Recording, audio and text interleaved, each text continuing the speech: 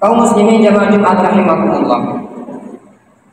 Suatu ketika para sahabat Rasulullah Shallallahu Alaihi Wasallam mendatangi Rasul, lalu ia mengatakan kepada Rasul, "Akhbirni anil iman."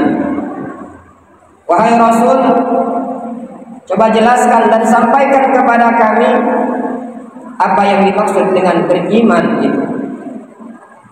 Lalu Rasulullah Shallallahu Alaihi Wasallam menjawab, "Al-imanu an tu'mina billahi wa malaikatihi wa kutubihi wa rusulihi wal yaumil akhir wa an tu'mina bil qadari syarrihi wa khairihi."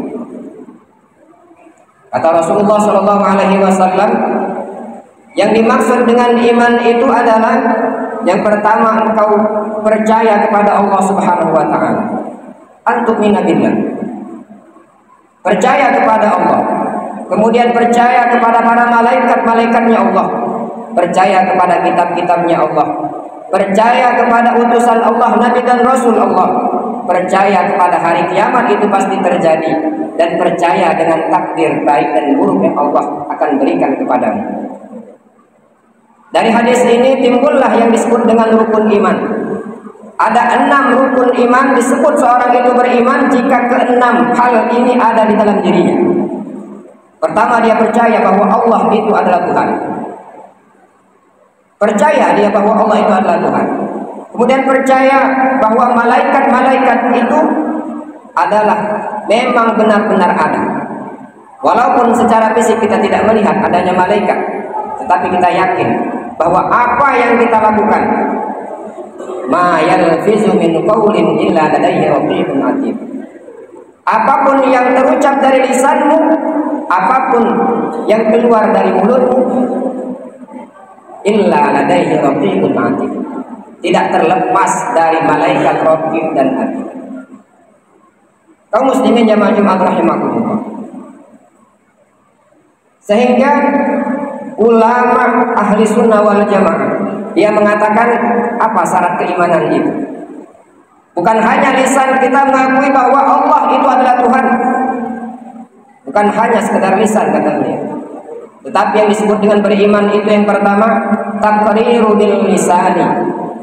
Pertama kita ucap dengan lisan, saya percaya asyhadu an la ilaha illallah wa anna muhammadar rasulullah. Ini baru lisan kita menyebutnya. Kita mengakui bahwa Allah itu adalah Tuhan dan Nabi Muhammad SAW sebagai Rasul. Apakah sebatas itu sudah disebut beriman? Ternyata masih ada dua syarat lagi. Yang telah pertama kita mengucapkan dengan lisan, tasdiqu bil qalbi, kita membenarkan dengan hati kita. Dan yang ketiga yang disebut orang itu beriman, a'malu bil arkan. Setelah ia menyebut dengan lisannya bahwa ia beriman kepada Allah Subhanahu wa taala, dilanjutkan dengan hatinya meyakini memang betul Allah itu adalah Tuhan, dan ia laksanakan dengan anggota tubuhnya. Dia laksanakan dengan seluruh anggota badannya. Dia terapkan dalam kehidupan sehari-hari bahwa memang Allah itu adalah Tuhan. Karena mungkin banyak kita lihat dalam kehidupan bermasyarakat, Tuhan terkadang kondisional.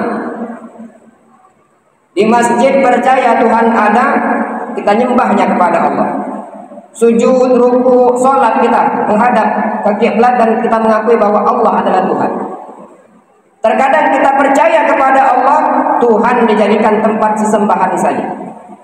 Setelah kita keluar dari masjid, terkadang kita dalam aktivitas kita tidak mengakui adanya Allah Subhanahu wa taala.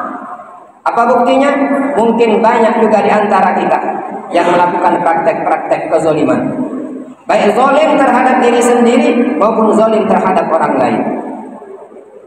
Jika kita betul-betul beriman kepada Allah Subhanahu wa taala, bukan hanya secara individu kita yang percaya kepada Allah, tetapi kita terapkan dalam kehidupan bersosial kita bahwa kita memang percaya Allah itu Maha melihat. Tuhan bukan hanya Allah, bukan hanya Tuhan untuk disembah, tetapi Tuhan Allah itu adalah Tuhan yang memelihara hidup kita. Allah yang memberikan rezeki kepada kita, Allah yang memberikan kesehatan kepada kita, Allah yang memberikan kemampuan kepada kita. Jika ini yang tertanam di dalam hati kita, berarti kita lisan, kita beriman kepada Allah secara qalbi, beriman kepada Allah secara hati kita. Kita gunakan dan kita terapkan dalam kehidupan kita dalam bermasyarakat. Kaum muslimin jamaah Jumat rahimakumullah. Sehingga di dalam hadis yang lain Rasulullah Shallallahu Alaihi Wasallam menyebutkan, la yu'minu ahadukum hatta yuhibba li akhihi ma yuhibbu li nafsi. Orang itu tidak sempurna imannya jika belum ia terapkan mencintai saudaranya seperti ia mencintai dirinya sendiri. Jika kita masih egoisme, yang ada mementingkan diri sendiri kita, yang penting saya senang, yang penting saya lapang, yang penting saya sukses, sedangkan kita tidak mempedulikan adakah orang yang terzolimi dengan kelakuan kita. Ini belum disebut dengan iman. Kenapa? La yuhibbu, dia tidak mencintai seseorang sebagaimana ia mencintai dirinya sendiri.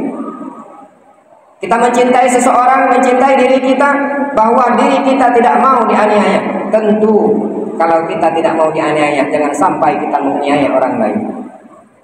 Jika kita tidak mau dibicarakan keburukan-keburukan kita oleh orang lain, jika ini kita terapkan bahwa kita tidak suka dengan hal semacam itu, jangan sampai kita membicarakan aib-aib orang lain. Ini penerapan iman dalam kehidupan bermasyarakat.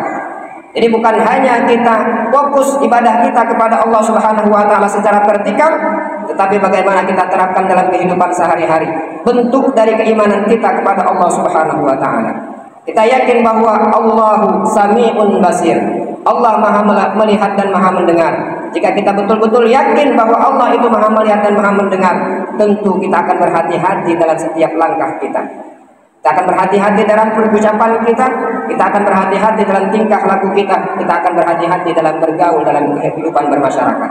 Ini yang disebut dengan iman. Jika kita hanya mengucapkan secara lisan, tetapi kita juga harus meyakini dengan qalbu kita dan kita terapkan dalam seluruh anggota badan kita. Kaum muslimin jamaah Jumat rahimakumullah. Tentu keimanan ini harus kita tanamkan dan kita harus konsisten. Sehingga di dalam hadis lain Rasulullah Shallallahu Alaihi Wasallam menasihati para sahabatnya, amantu billah summastaqim, kata Rasulullah. Jika engkau sudah yakin kau beriman kepada Allah Subhanahu Wa Taala, lalu istiqomahlah dengan keimanan itu. Apa yang dimaksud dengan istiqomah? Kalau hari ini kita yakin bahwa Allah adalah Tuhan, kita memohon kepada Allah, ditetapkan keyakinan itu hingga menjelang akhir hayat kita. Kalau kita yakin bahwa yang memberi rezeki itu adalah Allah, saat ini tentu kita harus tanamkan dalam diri kita dan kita memohon kepada Allah keyakinan itu sehingga menjelang akhir hayat kita. Ini yang disebut dengan summastaqim. Kita harus istiqomah dengan apa yang telah kita ikrarkan kepada Allah Subhanahu wa taala. Kaum muslimin jamaah Jumat rahimakumullah. Demikianlah khutbah singkat kita pada kesempatan kali ini.